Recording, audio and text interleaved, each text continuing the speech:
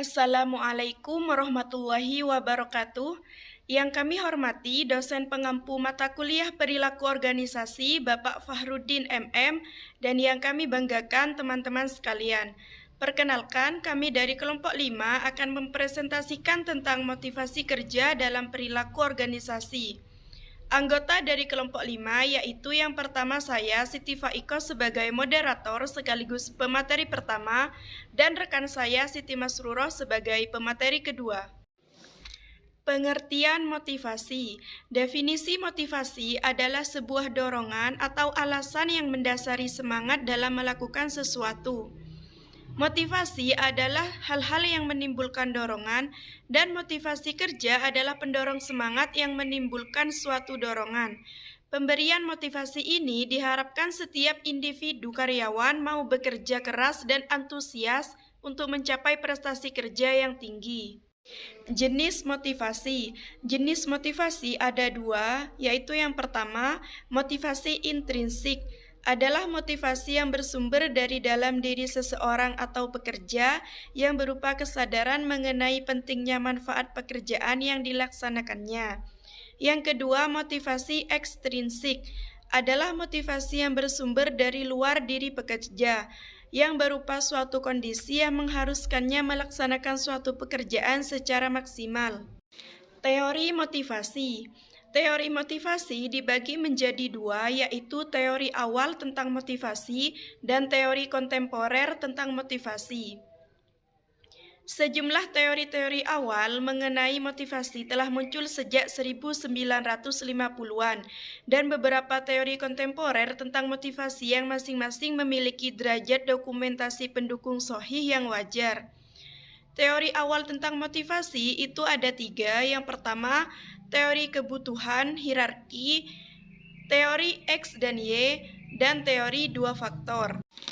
Sedangkan teori kontemporer tentang motivasi itu ada 8, yaitu yang pertama, teori kebutuhan Max-Celan, yang kedua, teori evaluasi kognitif, yang ketiga, teori penetapan tujuan, yang keempat, teori efektivitas diri, yang kelima, teori penguatan, yang keenam, teori harapan, yang ketujuh, teori kaitan imbalan dengan prestasi, dan yang kedelapan, teori keadilan. Teori kebutuhan hierarki.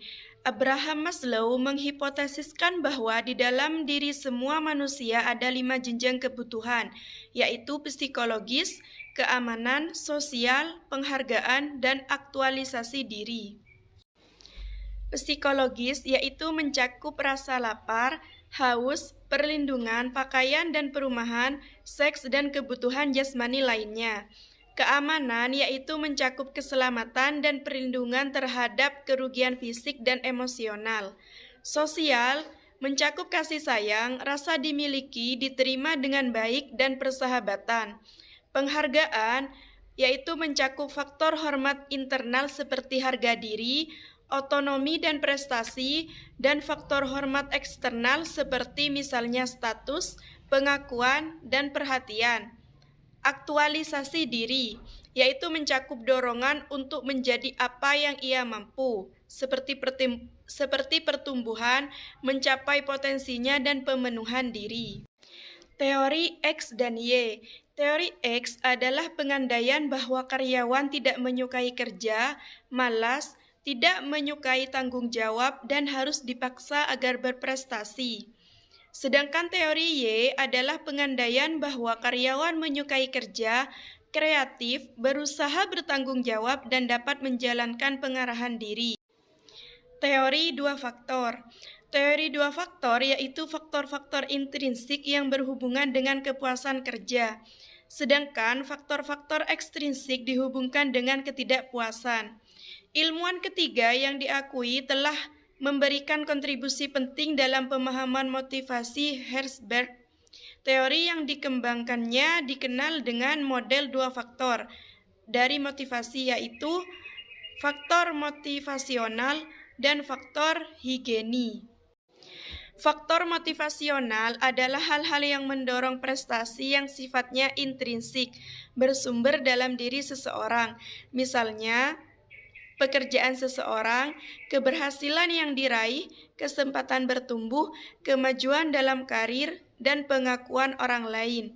Sedangkan faktor higienis atau pemeliharaan adalah faktor-faktor yang sifatnya ekstrinsik, bersumber dari luar diri seseorang, yang turut menentukan perilaku seseorang dalam kehidupan seseorang. Untuk materi selanjutnya akan disampaikan oleh rekan saya yaitu Siti Masruroh.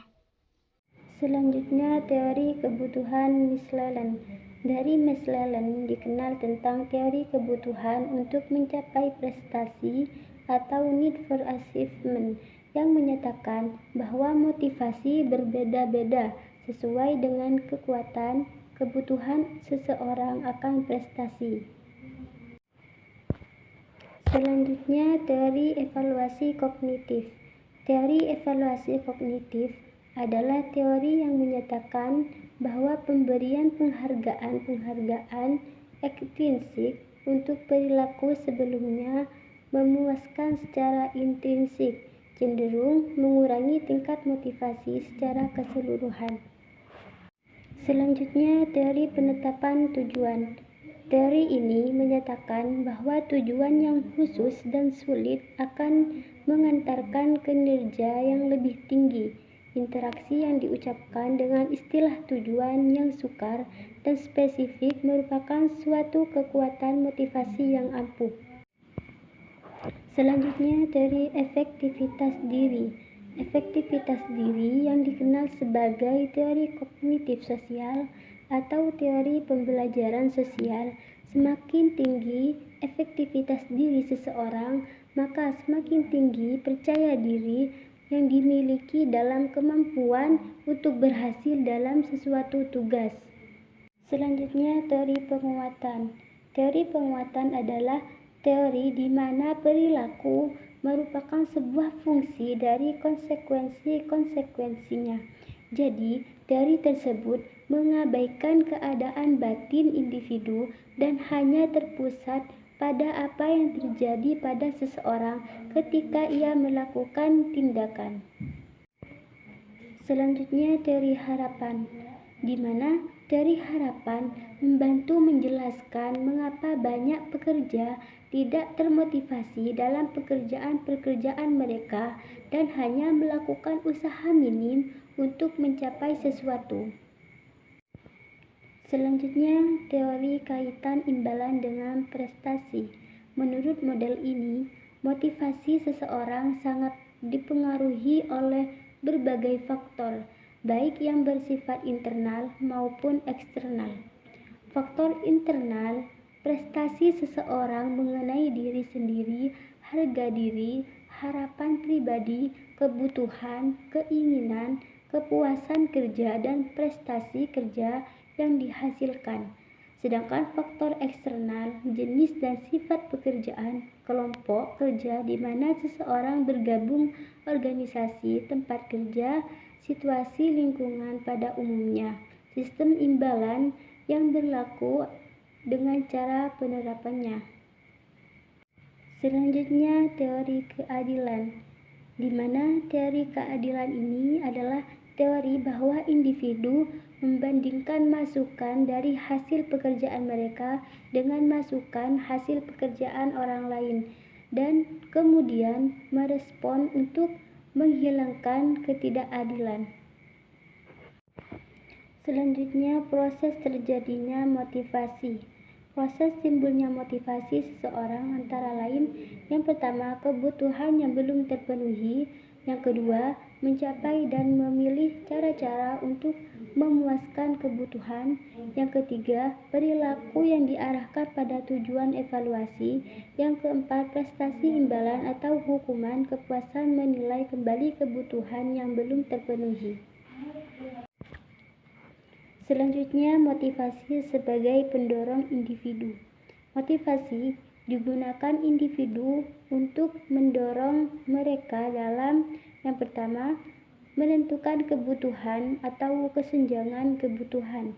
Yang kedua, pencarian jalan keluar bagi memenuhi dan memuaskan kebutuhan. Yang ketiga, pilihan perilaku untuk memenuhi dan memuaskan kebutuhan. Yang keempat, penentuan kebutuhan di masa yang akan datang dan pencarian bagi cara pemenuhannya. Yang kelima, evaluasi atas pemuasan kebutuhan. Selanjutnya, hubungan antara motivasi dan perilaku. Hubungan antara motivasi dan perilaku dapat terwujud dalam 6 variasi. Yang pertama, sebuah perilaku dapat hanya dihasilkan oleh sebuah motivasi. Yang kedua, sebuah perilaku dapat pula dilandasi oleh beberapa motivasi. Yang ketiga, perilaku yang sama dapat dilandasi oleh motivasi yang sama. Yang keempat, perilaku yang sama dapat dilandasi oleh motivasi yang berbeda. Yang kelima, perilaku yang berbeda dapat dilandasi oleh motivasi yang sama. Dan yang keenam, perilaku yang berbeda dapat dilandasi oleh motivasi yang berbeda. Itulah penyampaian materi dari kelompok 5, yaitu tentang motivasi kerja dalam perilaku organisasi. Semoga apa yang kami sampaikan bisa bermanfaat bagi teman-teman.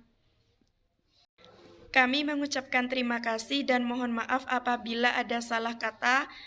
Wassalamualaikum warahmatullahi wabarakatuh.